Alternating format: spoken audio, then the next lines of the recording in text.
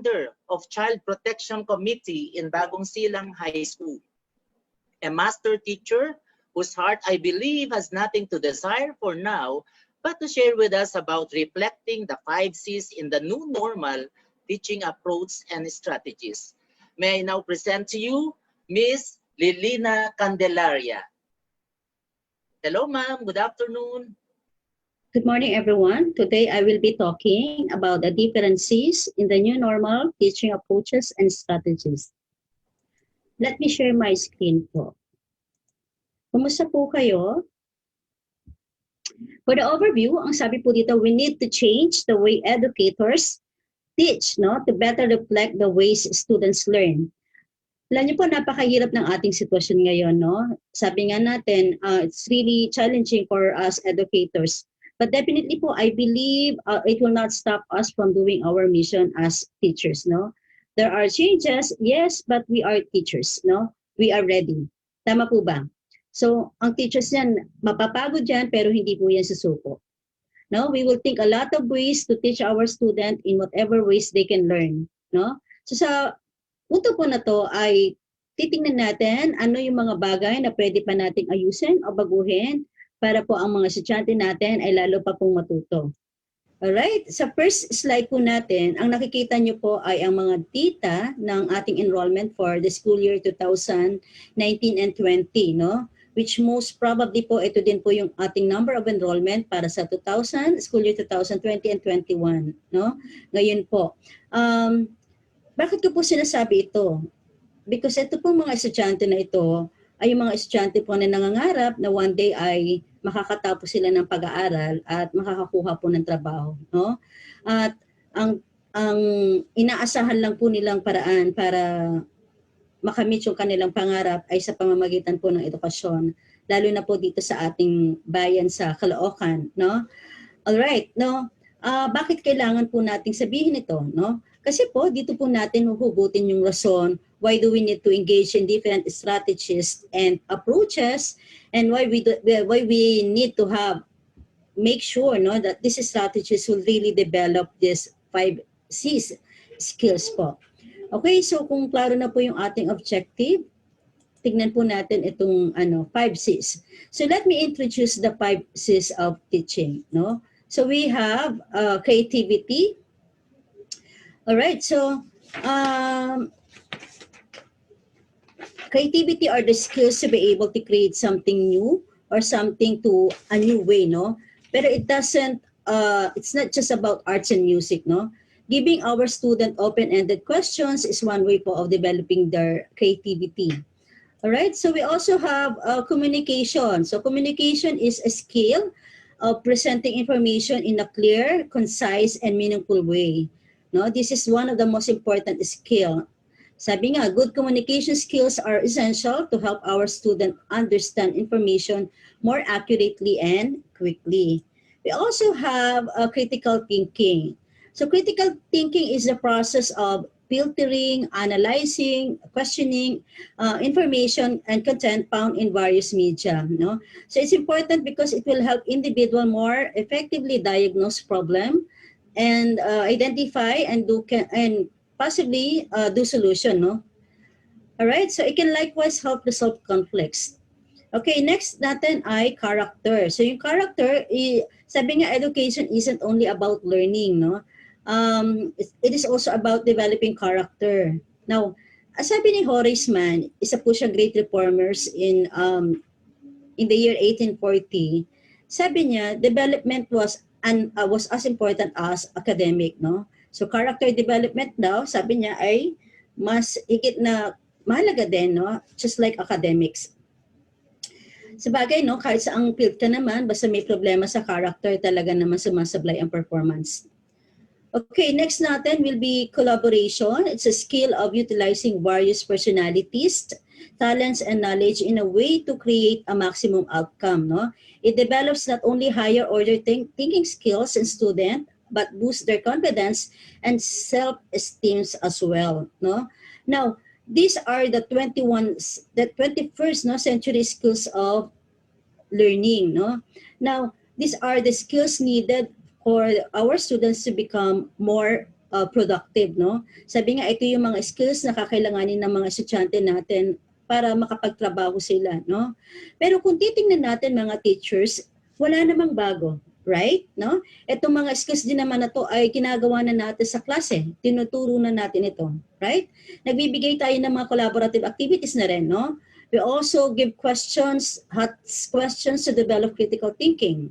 Likewise, you also have activity wherein the students will be able to develop their communication skills. No, we ask them to write journals. No, we ask them to speak. We ask them to do a lot of activities that will develop their communication skills. Likewise, we also engage in different activity that will develop their creativity thinking skills, no? Also with a character, no? Pero baka ang tanong natin dyan ay, paano mo ba ginagawa? Okay? Siguro kasi ganito, may mga ilan sa atin ang yes, nagkakaroon nga ng collaboration activity, pero ang tanong ko, pinroseso mo ba? Kasi kung pinroseso mo siya, then we will develop character skills, no? Right. Did you ask questions? Okay? So, pinroseso mo din ba in terms of giving them questions para mailabas yung kanilang ideas to a certain topic? Kasi if you did, then the critical thinking skills will follow, no? So, hinayaan ba natin na magsalita after the activity? Did you ask the student na isulat ito sa kanilang journal or do some reaction paper? Right? Kasi if we do that, then we will have the communication skills, no? Okay, and likewise with the creativity. Napaka-importante ng 5Cs kasi sabi natin, ito ang hahanapin sa bata, no? Ito yung kailangan dala-dala niya sa sarili niya, no? Alam mo yon na tayong mga teachers, iniisip din natin yung kanilang magiging future, no? Tayo nga, no, for example, no, sa aking anak lang, I make sure na itong mga bata na to ay will do activities na madi-develop ang kanilang communication skills, no? Bakit? Kasi naisip ko na yon na kung mahirap noon ang maghanap ng trabaho, mas more ngayon. Okay? So, definitely, tayong mga teachers ay ganun din ang ating pananaw, no? Sa ating mga estudyante. Now, the thing is, paano ba natin ituturo ang 5Cs ngayon? Alright.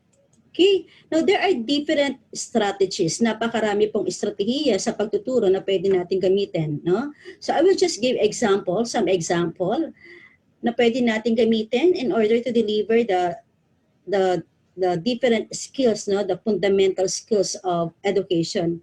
We have the cooperative learning. Ayan, there are different example of activities na pwede mong gawin. Okay, you have the concept mapping.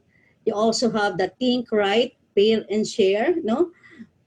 You can also use the situational analysis, no, for the cooperative learning or the collaborative learning. Meron din tayong tinatawag na group discussions, no? So, paano ba natin siya gagamitin para ma-develop yung 5 skills na sinasabi ko kanina? Okay, sige, I will give example. Doon na lang sa aking subject na ESP. Okay, so, tingnan natin. Kung ang topic namin will be Grade 8, no, komunikasyon sa pagpapatatag ng pamilyang Pilipino. Okay? So, for the activity, ang gagawin ko dyan is hahatiin ko ang klase ng 4. Okay? Then, after nun, magbibigay ako sa kanila ng mga sitwasyon. 4 na sitwasyon ng pamilya. Alright? So, siguro isang pamilya na ang parehong mag-asawa ay nagtatrabaho sa ibang bansa. Okay? Sige, kasi gano'n naman ang sitwasyon ng pamilya natin ngayon, no? May ibang pamilya na gano'n. Pangalawa, siguro yung isang pamilya ay nagtatrabaho pareho at ang mga anak ay naiiwan sa kamag-anak. Okay? Then siguro yung pangatlo ay isang pamilya na abala ang mag-asawa sa trabaho at gawain at ang mga anak ay nahihilig sa mga bagong gadgets. Okay? And the other one po ay siguro ay isang pamilya na walang mga trabaho at sinusuportahan lang ng kamag-anak. Okay? So maganda po yan. Then I will ask 2 questions, no, para do sa situation analysis. Siguro the first questions that I will give is, ano ang mga uri ng komunikasyon, o ano ang mga uri ng komunikasyon na nagiging dahilan ng pagkakaroon ng suliranin, no, sa pamilya na kanilang pamilya, no? Sitwasyon ng pamilya. Second is, paano naaapektuhan ang ugnayan sa klase ng komunikasyon meron ang pamilya na yon.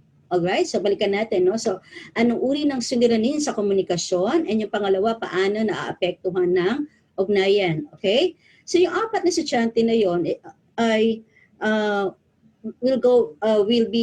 will have to present, no, yung kanilang analysis the next meeting po na magkikita kami, no. So pag-uusapan po nila yan, they will have brainstorming para they will come up with idea kung paano po nila ilalapat or sasagutin yung ay pailalarawan yung pamilya na tinatanong ko kanina, no. Okay, but then so papasok po din yung collaboration kasi there will be groupings, no, and they will come up with brainstorming. Okay, so there will be interaction within the group, no. Second po ay sabi ko nga magkakaroon din po tayo ng critical thinking analysis dyan, no, kasi they are going to analyze the situation. Okay, so ipapasok po natin yung creativity. Paano po yon? So sasabihin ko po sa mga bata na ipipresent nila yon next meeting, no.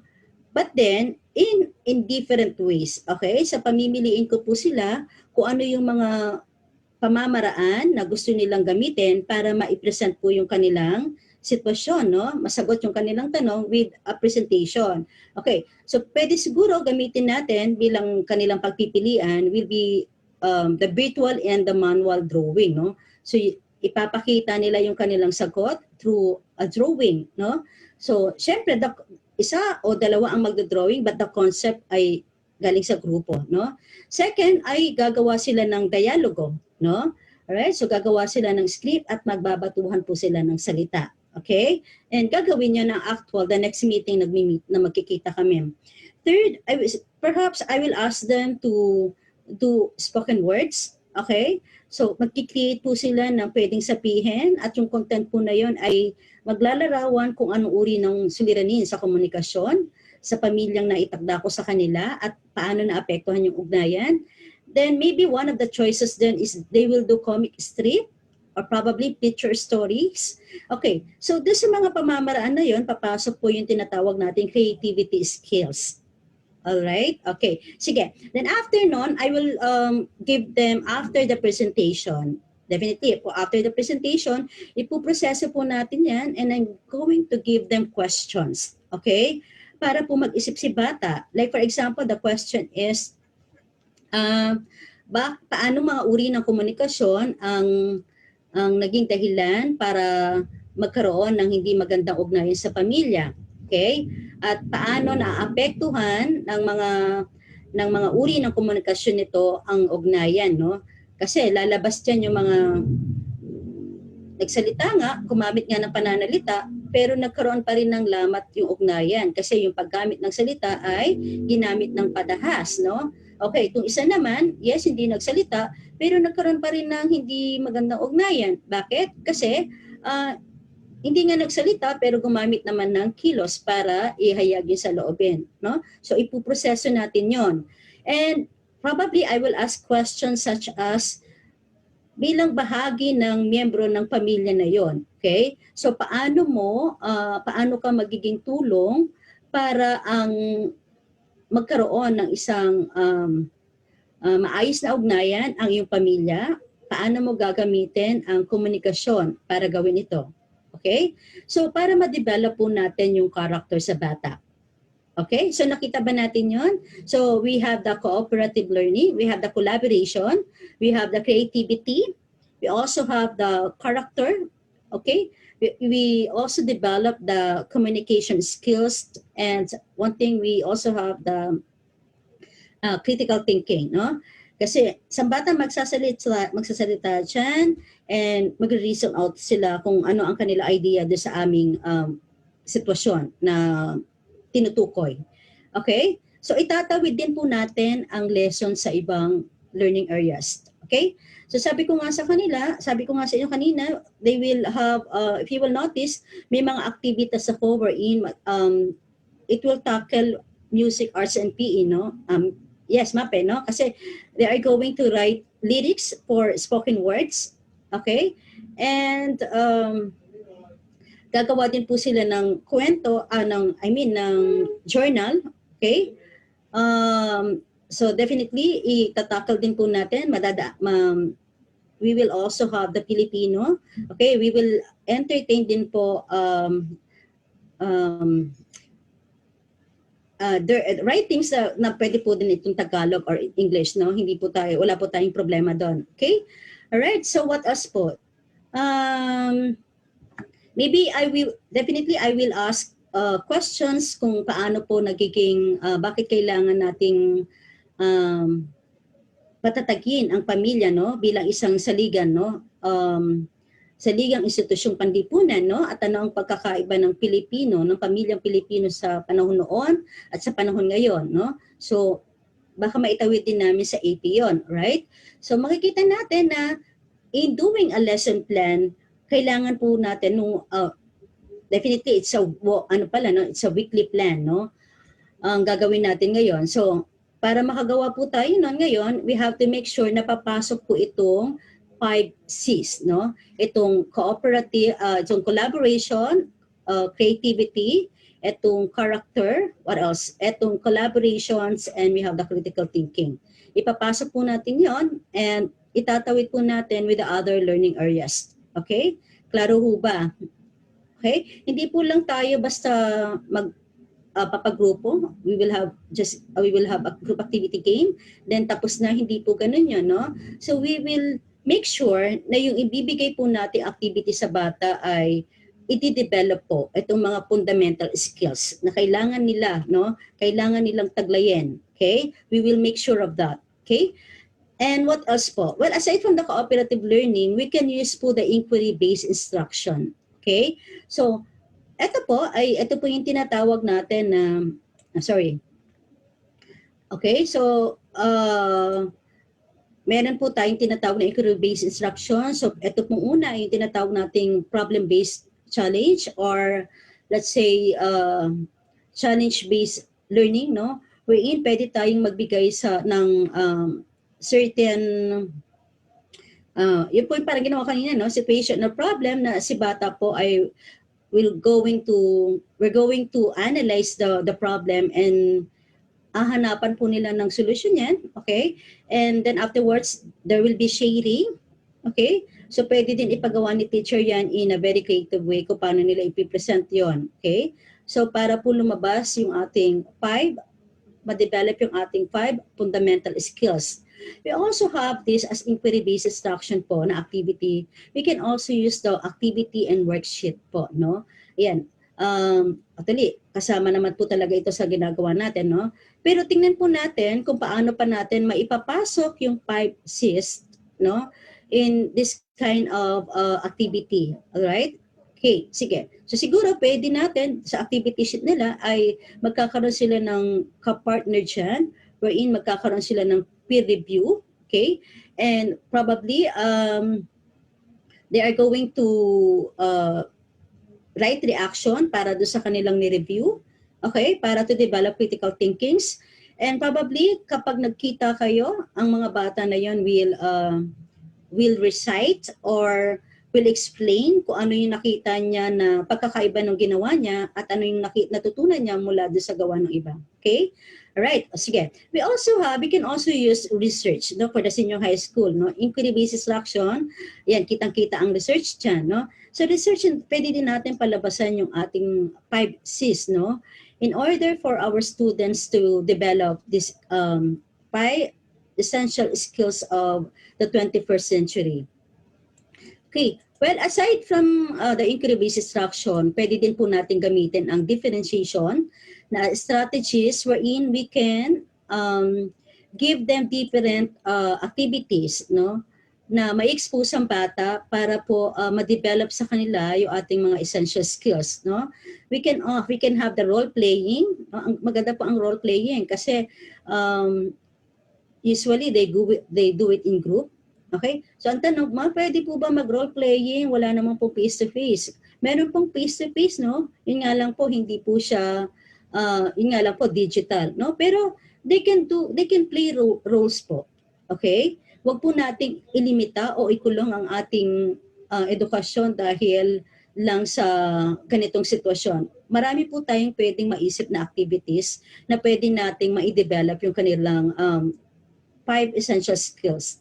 Okay, we can also ask them to do comic strips, no, after doing a topic, no, after discussing a topic, siguro para to trigger their imagination, kasi nga very imaginative ang ating mga estudyante, you can ask them to write stories, no, of that topic para po ang mga estudyante natin ay madiscover nila na meron pala silang makakayahan, no, na magkwento, no, may kakayahan pala sila na mag-compose ng song. All right? Okay, no? Minsan kasi kailangan natin sabihin sa mga bata na kaya mo 'yan. Okay? Ang problema kasi natin, yung mga bata, hindi na nga sila na-encourage at home, no? There are some, no? Hindi sila na-encourage at home. Pagdating pa sa eskwelahan, wala pang naniniwala sa kanila. Okay? So, kasi napaka-importante na makita ng bata yung kakayahan niya, no, sa loob ng paaralan, kasi ito ang panghahawakan niya, no. Ito yung magiging dito manggagaling yung kanyang lakas ng loob para, sabi nga, lumaban sa hamon ng buhay. Okay? Maging matatag at makaya niya po, no. Kasi alam naman natin, paglabas ng bata sa eskwelahan, ang taglay niya ay yung mga skills na natutunan niya sa atin, no, sa ating mga teachers, no. So gawin po natin na maging malaking hamon para sa atin ito, no? Na mag-create po tayo ng mga iba't iba pang strategies wherein we can develop not just one skill, not just two, but the 5 skills po. The 5 essential skills na kailangan ng bata for them to be productive, okay? We can also use visualization. Sabi nga po natin, ang bata higit po yan natututo kapag nakikita niya, no? Especially for the elementary. And there are a lot of activities that we can use for them to develop this different skills using the visualization strategies, no? So we can use the brainstorming skills, all right? So sa brainstorming skills, yan po, nagkakaroon po yan ng collaboration within the group. Yan, mas litaw na litaw po siya ng critical thinking skills, no? Collaboration, critical thinking skills, pero pwede pa natin siyang palalimin, right? Pwede pa natin ipasok yung ibang skills wherein madi-develop nila ito. Tama po ba? Okay? Right. And they can also have the brain writing. Are you familiar with this activity? Brainwriting po, unlike the brainstorming, ang bata po, siya po muna ang huhugot ng ideas. Okay? Siya po muna ang magsusulat niyan, siya po muna ang magko-conceptualize niyan, then tsaka siya pupunta sa group, no? With the other groups, no? Yan po yung pagkakaiba nila. Also with the brainwriting, pwede po din nating gamitin yan, no? As an activity para ma-develop ang 5 essential skills for the student. Okay? Alright, we can also ask the student to write stories, to write songs, no? Sabi ko nga kanina, very imaginative ang bata eh. Okay? Pwede po natin gamitin yan para ang bata natin, makilala niya na meron pala siyang mga ganitong kakayahan, no? Ma-discover niya yung ibang skills niyan at sa sarili niya ay maging daan po para maging maging competitive, right? Tama po ba ako doon? Okay. Okay, we can also have the spoken poetry as activity for this visualization. At napakarami pong iba, no? And kung makikita po natin, no, tulad na sinabi ko kanina, kapag pinasok po natin itong mga iba't iba activities, no, touching different skills of the 21st century, without us knowing, tumatawid po tayo sa ibang learning areas. Matik na po, no? Okay, so yun po yung kinaganda ng ating 5Cs, no? Hindi po tayo nakakulong sa isang estratehiya lang, no? We have different skills na pwede natin gamitin in order for our students to be really productive and really competitive students, no? Oh. All right, okay, sige po. Now, another thing po na gusto ko rin pong tignan, no? Ito pong the way we create questions, okay? Sabi kasi natin, one of the skills na importante sa bata is that they should develop critical thinking skills, okay? So, malaki po ang factor natin dyan, no? para mahubog sa kanila at ma-develop sa kanila yung ganitong skills, no? All right. So tingnan po natin to, no? There are two types of critical thinking skills, no? The lower levels and the higher levels, no? For the lower levels, we have the remembering and the understanding. Okay? So turuan na po natin ang bata na sina-challenge yung kanyang mind. Okay? Alright. Now, for the remembering, meron po tayong skills na dapat nating tignan dyan para bago tayo gumawa ng tanong, no? So, syempre, yung tanong natin should take note of the following skills for remembering. They need to recognize, they have to describe, no? They should list, they should identify, they can explain, they can retrieve, no? So ano po yung mga tanong na pwedeng ibato ng teacher para for the remembering level, no? So pwede mo itanong diyan, what do we already know about? No, ano ba may mga bagay na alam mo o ano yung bagay na natuklasan mo doon sa tinalakay natin? Pwede po 'yan, no? Or questions such as what are the principles of? Okay? Ano ang mga prinsipyo o ano ang mga tinukoy na mga salik, no, sa tinalakay natin kanina. Okay? How does or in what ways do we learn before? Okay? Pwede pong ganyan, no? All right. So, if you will notice, yung questions natin is not just answerable by yes or no. Okay? Kasi sabi natin, creativity, critical thinking, challenge the mind, you know? So, ang bata talaga mag-iisip. Okay? So, pwede tayo mag-start ng mas magaan na tanong. Okay? Then, second natin will be understanding. For the understanding, i-develop natin yung mga ganitong skills naman. Explain, generalized. They also need to estimate. Okay? They need to predict. They need to describe. All right? So for the question, ask them to summarize. Yan. Ask them to explain ideas. Okay, you can ask questions such as what will happen if. Yan. What does it mean by that? Or what does it mean by the title of that topic, no? Pwede po nating ibigay yan para i-develop natin yung kanilang understanding critical level, okay? Thinking level. Then we have the applying and analyzing for the higher level. Dito po ay, sabi nga natin, medyo tataasan natin, okay? We will develop the following skills, no? They need to carry out ideas, okay? They use, implement, to show, and to solve, no? Alright, so tingnan po natin yung mga tanong. You can ask questions such as, anong mangyayari kapag ganito ang nangyari? Okay? Paano kaya ito makakatulong? Okay? Or what is the counter argument for this? Okay? Paano ka haharap kapag ganito ang sitwasyon? Okay? Right, so ganun po yung mga tanong na pwede nating gamitin for the application, no? Okay, so yung makikita niya sa sarili niya na kapag nandun siya sa sitwasyon, ano nga ba gagawin niya, no? Ayan, so ang bata ay mag-iisip yan. Alright, so titingnan niya kasi hindi pwedeng basta lang siya sasagot at kasi makikita niya kung siya ang nakasalalay doon, kapag nagkamali siya ng desisyon, eto ang may disadvantage, no? So, binibigyan natin ng kakayahan ng bata na makita ang dalawang perspektibo, no? Okay, so last natin will be analyzing. Okay, we will develop they need to compare, they need to organize, they need to deconstruct, okay? We can ask questions such as, why is it important, no? What are the implications of, no? Can you explain why or explain how? So, sa ganitong mga questions po, lalo pa po nating natitrigger, no? Lalo po nating na-challenge yung mind ng bata para to reason out, no? Para tignan ang lahat ng anggulo ng isang bagay bago po siya pumili, no? O bago niya ihayag ang kanyang saloobin, no? To a certain topic. Okay, so we also have evaluating. Yan, kasama din po yan sa higher level natin. So they can check, judge, they can critique, they can conclude, and they can explain, no? So you can ask questions such as, paano nangyari yon?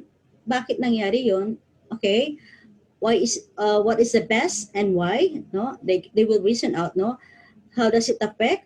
Okay, those are sample questions that you can use for evaluation. Okay, and for the last level of critical thinking that is creating, for this level, we will develop the following skills. They need to construct, no?